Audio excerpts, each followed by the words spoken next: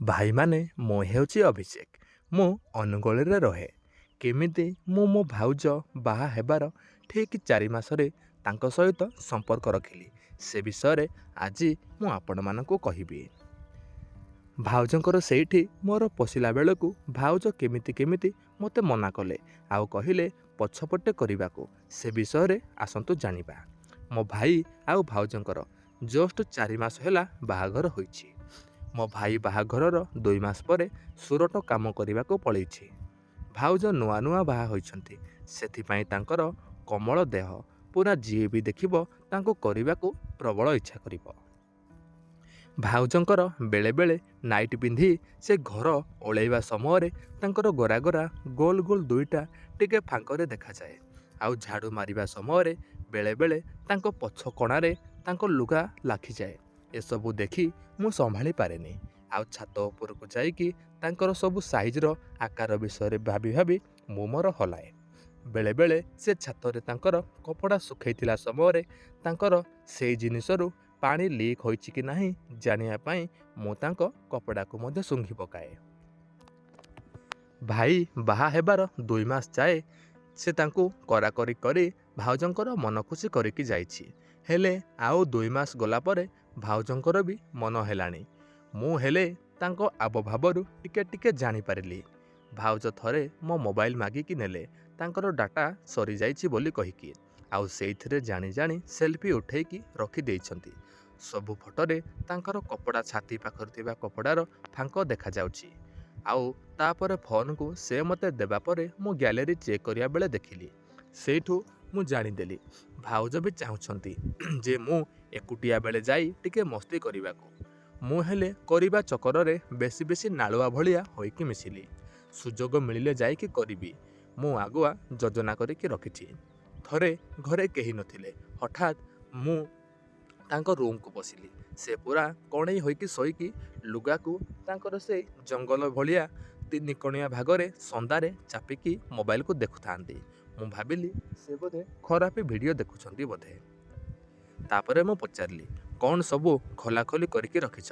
ଭାଉଜ କହିଲେ କ୍ଷୀର ଅଛି ଷ୍ଟୋଭ୍ ଉପରେ, ସେଥିଲାଗି ଖୋଲିକି ରଖିଛି। ମୁଁ କହିଲି ବିଲେଇ ଚୁଚୁମିକି ପିଇ ଦେଉଛି କି? ଭାଉଜ କହିଲେ ତମେ ତ ପିଇ ପାରୁନ, ବିଲେଇ ପିଇଲେ କ'ଣ ହେବ? ମୁଁ କହିଲି ଦେଲେ ସିନା କିଏ ପିଇବ। ତାପରେ ଭାଉଜ କହିଲେ ବିଲେଇ ନିଜେ ଲୁଚିକି ଆସିକି ପିଉଛି ନା ତାକୁ କ୍ଷୀର ନେଇକି ଦିଆହେଉଛି ଯେ? ମୁଁ କହିଲି ମୁଁ ବିଲେଇ ନୁହେଁ, ଆମକୁ ହାତରେ ଦେଲେ ଆମେ ପିଇବୁ। ଭାଉଜ କହିଲେ ମୁଁ ତ ଦେଉଛି, ତୁମେ ନେଲେ ହେଲା ଖାଲି। ମୁଁ କହିଲି ଖାଲି କଥାରେ କହିଲେ କ'ଣ ହେବ? ଭାଉଜ କହିଲେ ହଉ ଠିକ୍ ଅଛି, ଏବେ ନିଅ, ଆସ ଏଇଠିକି ହାତ ଦେଖାଅ। ମୁଁ କହିଲି ହଉ ଦିଅ। ତାପରେ ସେ ମୋ ହାତକୁ ନେଇ ତାଙ୍କର ଛାତି ପାଖରେ ସେଇ ଗୋଲ ଦୁଇଟା ଉପରେ ରଖି ଲଗେଇକି ଦବେଇବାକୁ ଲାଗିଲେ। ଭାଉଜ କହିଲେ ଆରେ ଖାଲି ଏତିକି ନା ଆଉ କ'ଣ କରିବ? ମୁଁ କହିଲି ଭାଇର ଶେଷ କରିଦେଲେ ଭାଇ ରାଗିବ। ଭାଉଜ କହିଲେ ତୁମ ଭାଗ ତୁମେ ନେଇଯାଅ, ଭାଇ କ'ଣ କରିବେ? 2 ମାସ ହେଲାଣି ଫୋନ୍ କଲେ ଆସୁନାହାନ୍ତି। ଏତିକି ଭିତରେ ମୁଁ ଖଟ ଉପରେ ବସି ସାରିଲିଣି। ଆଉ ଭାଉଜ ତାଙ୍କ ଗୋଡ଼କୁ ଛନ୍ଦି ମୋ ଜଙ୍ଘ ଉପରେ ଶୋଇପଡ଼ିଲେ। ମୋର ପୁରା ସେତେବେଳକୁ ଠିଆ ହେଲାଣି। ମୁଁ ବି ତାଙ୍କ ଉପରେ ଶୋଇ ତାଙ୍କର ଗୋଲ ଦୁଇଟାକୁ ଦଳି ଚାଲିଲି। ସେଇଠୁ ମୋର କପଡ଼ାକୁ ତଳକୁ ଖସେଇ ଭାଉଜଙ୍କର ସେଇ ଜଙ୍ଗଲ ଭଳିଆ 3 କୋଣିଆ ଭାଗକୁ ଘଷିଲି।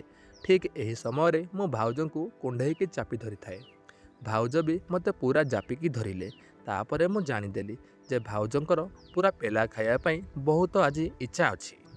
ମୁଁ ଏତିକି ବେଳେ ଗୋଟେ ହାତରେ ତାଙ୍କର ସେ କଅଁଳିଆ ଗୋଲ ଦୁଇଟାକୁ ଦଳୁଥାଏ। ଆଉ ତାଙ୍କ ଗେଲ କରି ତାଙ୍କ କପଡ଼ାକୁ ତାଙ୍କର ଖସେଇ ଚାଲିଥାଏ। ଭାଉଜ ବି ତାଙ୍କର ଗୋଟେ ହାତରେ ମୋର ମୁଠେଇ ଧରି ହଲାଉଥାନ୍ତି। ତାପରେ ମୁଁ ତାଙ୍କର ଲୁଗାକୁ ଖସେଇ ତାଙ୍କ ଭିତରେ ଆଙ୍ଗୁଠି ପଶେଇ ଟିକେ ତାଙ୍କର ସେଇ 3 କୋଣିଆ ଭାଗକୁ ଘାଲିଲା ଭଳିଆ କଲି। ଠିକ୍ ସେତିକି ବେଳେ ମୋ ହାତ ଯାକ ଖାଲି ଲାଳ ଲାଗିଲା। ମୁଁ କହିଲି କ'ଣ ଓଦା କରିକି ରଖିଛ, ଆଙ୍ଗୁଠି ମାରୁଥିଲ କି? ସେ କହିଲେ ମୋର ଏମିତି ତାର ସିଏ ହୋଇଯାଇଛି। ମୁଁ ଜାଣିଦେଲି ଯେ ମୁଁ ଆସିବା ପୂର୍ବରୁ ଭାଉଜ ଖରାପ ଭିଡ଼ିଓ ଦେଖୁଥିଲେ। ଆଉ କିଛି ସମୟ ଏମିତି ଆଙ୍ଗୁଠି ମାରିକି ମୁଁ ତାଙ୍କୁ ଗେଲ କରିକି ତାଙ୍କର ଗୋଲ ଦୁଇଟାକୁ ଦଳି ଚାଲିଲି। ଭାଉଜ ଖାଲି ବାଉଳି ହେଉଥାନ୍ତି ପେଲା ଖାଇବାକୁ। ତାଙ୍କ କପଡ଼ା ହେଲେ ସେତେବେଳକୁ ପୁରା ଖସିଗଲାଣି। ସେ ହେଲେ ପୁରା ଗରମ ହୋଇଗଲେଣି ସେତେବେଳକୁ। ଆଉ ଖାଲି ଗୋଡ଼କୁ ମୋ ଉପରେ ନଦିକି ମୋତେ ଭିଡ଼ିକି ଜାବୁଡ଼ି ଧରୁଥାନ୍ତି। ଆଉ ମୋର ନେଇ ତାଙ୍କର ସେଇ 3 କଣିଆ ଭିତରେ ଗଳେଇଲା ଭଳିଆ କରୁଥାନ୍ତି। ସେଇଠୁ ମୋର ଏପଟେ ଖାଲି ଫକ ଫକ ଡେଉଁଥାଏ। ମୁଁ ବି ମୋର ପୁରା ଠିଆ କରିକି ତାଙ୍କର ସେଇ ଜଙ୍ଗଲ ଭିତରେ ଥିବା 3 କଣିଆ ଭାଗ ଭିତରେ ପଶେଇଲି। ତାଙ୍କର ସେଇଟା ଦେଖିବାକୁ ଛୋଟ ଆଉ କଣା ନଥିଲା ଭଳିଆ ଜଣାପଡ଼ୁଥିଲା, କିନ୍ତୁ ଯେତେବେଳେ ପଶେଇଦେଲି ମୋର ଏକାଥରକେ ସବୁ ଯାକ ତାଙ୍କ ଭିତରେ ପଶିଗଲା। ତାପରେ ତାଙ୍କ ଗୋଡ଼କୁ ମୁଁ ଉପରକୁ ଟେକି ତାଙ୍କର ପୁରା ମେଲେଇକି ହୁଁ ହୁଁ କରିକି ତାଙ୍କ ଭିତରେ ମୋର ପୂରେଇକି କରିଲି। ତାଙ୍କ କଣାରେ ମୋର ଫୁଲ ପଶିକି ବାହାରୁଥାଏ। ଭାଉଜ ଖାଲି ସଁ କରୁଥାନ୍ତି। ସିଆଡ଼େ ଭାଉଜ ତାଙ୍କ ତଳ ଓଠକୁ ଚାପି ତାଙ୍କ ପେଟକୁ ଖାଙ୍କେଇଲା ଭଳିଆ କରି ତାଙ୍କ ପଛ ଭାଗକୁ ଉପରକୁ ଟେକିଲା ଭଳି କରି ମୋତେ ସହଯୋଗ କରୁଥାନ୍ତି। ଆଉ ଏମିତି ଟିକେ ସମୟ କରାକରି ହେବା ପରେ ଭାଉଜ ମୋତେ ହଠାତ୍ କହିଲେ, ରୁହ ରୁହ। ମୁଁ ରହିଗଲି। ଆଉ ସଙ୍ଗେ ସଙ୍ଗେ ଭାଉଜଙ୍କର ପିଚି ପିଚି ହୋଇକି ଖାଲି ପାଣି ବାହାରିଲା। ଭାଉଜ ଖାଲି ଧକେଇଲା ଭଳିଆ ହେଉଥାନ୍ତି। ମୁଁ ଜାଣିଥିଲି ଯେ ଭାଉଜ ଭିଡ଼ିଓ ଦେଖି ଦେଖି ସେତେବେଳୁ ବସିକି ତାଙ୍କର ସେଇଠି ଆଙ୍ଗୁଳି ମାରିଛନ୍ତି। ଆଉ ମୁଁ ଆସିବା ପରେ ସମ୍ଭାଳି ନପାରି ମୋତେ କରିବା ପାଇଁ କହିଲେ। ଆଉ ଏବେ ସେଥିପାଇଁ ଏତେ ଜଲ୍ଦି ତାଙ୍କର ପାଣି ବହରି ପଡ଼ିଲା। ସେ ଲୁଗା ବି ଓଦା କରି ପକେଇଲେ। ଭାଗ୍ୟ ଭଲ ଆମ ଘରେ ସେତେବେଳକୁ କେହି ନଥିଲେ। ଆଉ ଆମ ଘରକୁ ହେଲେ କେହି ଆସିନାହାନ୍ତି ହେଲେ ମଧ୍ୟ ସେତିକି ସମୟ ଭିତରେ। ତାପରେ ସେଇଠୁ ତାଙ୍କୁ ଆଉ ଭଲ ଲାଗିଲାନି ବୋଧେ। ମୋତେ କହିଲେ ପଛପଟୁ କର। ସେ ତଳମୁହାଁ ହୋଇକି ଶୋଇପଡ଼ିଲେ। ଆଉ ମୁଁ ତାଙ୍କର ପଛପଟୁ ପଶେଇବାକୁ ଚେଷ୍ଟା କଲି। ତାଙ୍କର ପଛ ଭାଗ ହେଲେ ଓଦା ଓଦା ଓ ମୋ ଦେହ ଓଦା ଓଦା ହୋଇକି ପୁରା ଅଠା ଅଠା ଲାଗୁଥାଏ। ସେଇଠୁ ମୁଁ ପଛପଟୁ ତାଙ୍କର ସେଇଠି ନ ପଶେଇକି ତାଙ୍କର ଆଗରେ ପଶେଇଲି। କହିଲେ ନାଇଁ, ଅସନା ଲାଗୁଛି, ତମେ ମୋ ପଛରେ କର। ମୁଁ ସେଇଠୁ ଟିକେ ସମୟ ହେବ ତାଙ୍କ ପଛ ଭାଗରେ କରିଲି। ତାପରେ ମୋର ବି ବାହାରି ପଡ଼ିଲା। ଆଉ ମୋର କିଛି ସମୟ ତାଙ୍କ ପଛରେ କରିବା ପରେ ମୋର ବି ଗରମ ଗରମ ପାଣି ବାହାରି ପଡ଼ିଲା। ମୁଁ ଜାଣିଦେଲି ଭାଉଜଙ୍କର ବାହାରି ପଡ଼ିଲା। ସେଥିପାଇଁ ସେ ତାଙ୍କର ଆଗରେ କରିବାକୁ ମୋତେ ମନା କରୁଛନ୍ତି। କିନ୍ତୁ ମୋର ବାହାରି ପଡ଼ିବା ପରେ ତାଙ୍କୁ ମୁଁ ପଚାରିଲି, କାହିଁକି ଆଗପଟେ କରିବାକୁ ମନା କଲ? ସେ କହିଲେ ମୋର ସେଇଟା ବହୁତ ଜୋରରେ ଜଳିଲା ସେତେବେଳକୁ। ମୁଁ କହିଲି ସତ କୁହ, ମୁଁ ଆସିବା ପୂର୍ବରୁ ତମେ ଭିଡ଼ିଓ ଦେଖି ଆଙ୍ଗୁଳି କରୁଥିଲ ନା? ସେ ମୁହଁକୁ ସାଇଡ଼୍ କରିକି ହସିଲେ। ତାପରେ ମୋର ଲାଇସେନ୍ସ ହୋଇଗଲା। ଯେତେବେଳେ ଇଚ୍ଛା ହେବ ମୁଁ ବେଲୁନ୍ ନେଇକି ଆସି ଭାଉଜଙ୍କୁ ମନ ଇଚ୍ଛା କରୁଛି। ଭାଉଜ ବି ବହୁତ ଖୁସି ହେଉଛନ୍ତି। ଆମ ଭିତରେ ଏସବୁ ସିକ୍ରେଟ୍ ହୋଇକି ରହୁଛି। ଆଜି ଯାଏ କେହି ହେଲେ ଜାଣିନାହାନ୍ତି। ଭାଇ ଖାଲି ତାଙ୍କର ସେଇଟା ଦେଖି ଜାଣିଲେ ଜାଣୁଥିବ ଯେ ମୋ ସ୍ତ୍ରୀର ଏଇଟା ଏତେ ଢିଲା କେମିତି ହୋଇଯାଉଛି। ଭାଇ କନଫ୍ୟୁଜ୍ ହୋଇଯାଉଥିବ ଯେ ମୋ ସ୍ତ୍ରୀର ଏଇ ଛାତି ପାଖରେ ଥିବା ଗୋଲ ଗୋଲ ଜିନିଷ ଦୁଇଟା ଆଉ ପଛ ଭାଗ ଏତେ କେମିତି ଫୁଲୁଛି। ମୁଁ ତ ବେଶୀ ଦଳାଦଳି କରୁନି, ତାହେଲେ କେମିତି ଫୁଲୁଛି? ତ ଦର୍ଶକ ବନ୍ଧୁ, କାହାଣୀଟି ଏଇଠି ଶେଷ ହେଉଛି।